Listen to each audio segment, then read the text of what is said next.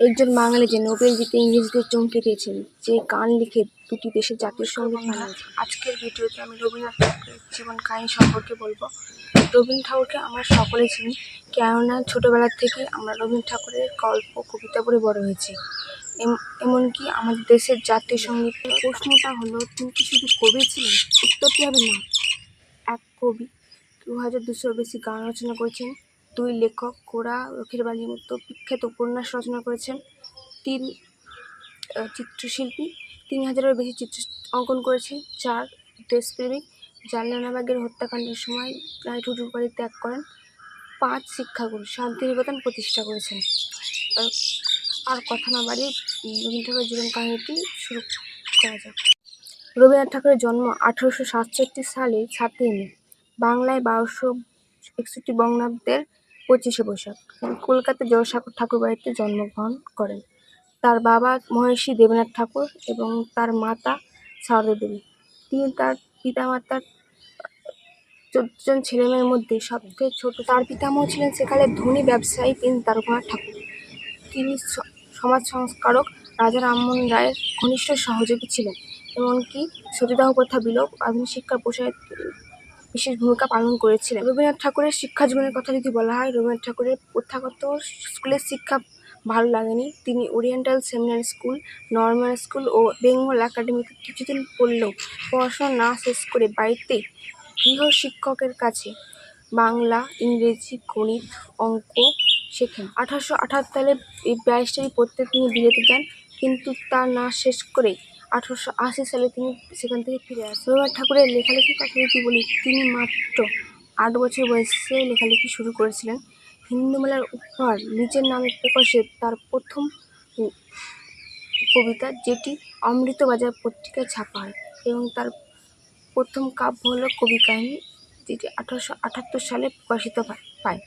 তার সাহিত্যকর্মের মধ্যে রয়েছে গোরা, চোখের বালি, পোস্টমাস্টার, কাবুলিওয়ালা, আরও অনেক কিছু। 1913 সালে গীতাঞ্জলি ইংরেজি অনুবাদের জন্য তাকে নোবেল পুরস্কার দেওয়া হয়। একাধিক ছন্দ রয়েছেন ভানু সিং, নবীন কিশোর শর্মা, অকবরচন্দ্র প্রভৃতি।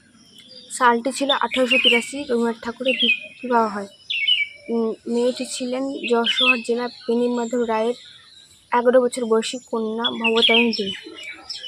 ঠাকুরবাড়িতে আসার পর তার নতুন নাম মৃণালী দেবী হয়। তারপর পরের বছরই রবীন্দ্রনাথ ঠাকুরের বড় বৌঠান কাদম্বিনী দেবী আত্মহত্যা করেন। এই কাদম্বিনী দেবী ছিলেন রবীন্দ্রনাথ ঠাকুরের গল্প কবিতা লেখার প্রথম প্রেরণাদাত্রী। রবীন্দ্রনাথ ঠাকুরের প্রতি তার ছিল অসীম স্নেহ, সেহেতু তিনি অনুমত হয়েছিলেন। তারপর 1825 সালে তিনি তার পিতার আদেশে জমিদারি দেখাশোনার ভার নেন, চলে যান শিয়ালদহে। সেখানে গিয়ে অনেক গল্প কবিতা রচনা করেছেন। সেখানকার উন্মুক্ত ও সহজ-সরল মানুষ রবীন্দ্রনাথ ঠাকুরের অনেক প্রিয় ছিল। রবীন্দ্রনাথ ঠাকুর শুধুমাত্র সাহিত্যকর্মে থেমে থাকেননি, এছাড়াও তিনি অনেক সাংগঠনিক কাজকর্মে যুক্ত হয়েছিলেন।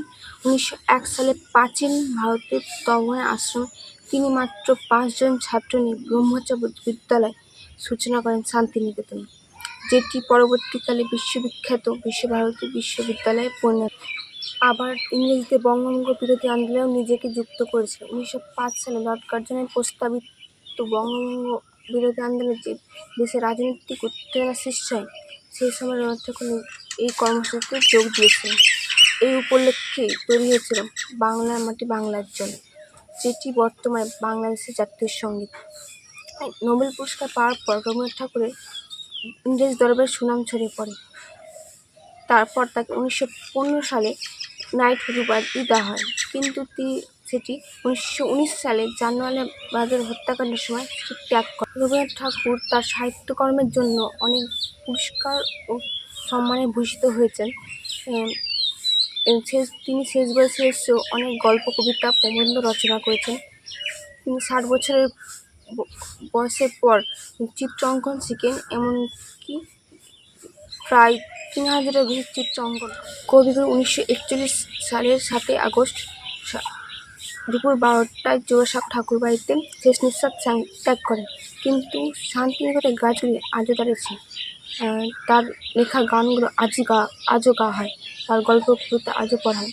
মানুষ মরে যায়, কিন্তু তাদের কাজ থেকে যায়। রবীন্দ্রনাথ ঠাকুরের জীবন কাহিনী কেমন লাগলো? আর নেক্সট ভিডিওটি কার জীবন কাহিনী সম্পর্কে জানতে চাও কমেন্টে জানাও। ধন্যবাদ।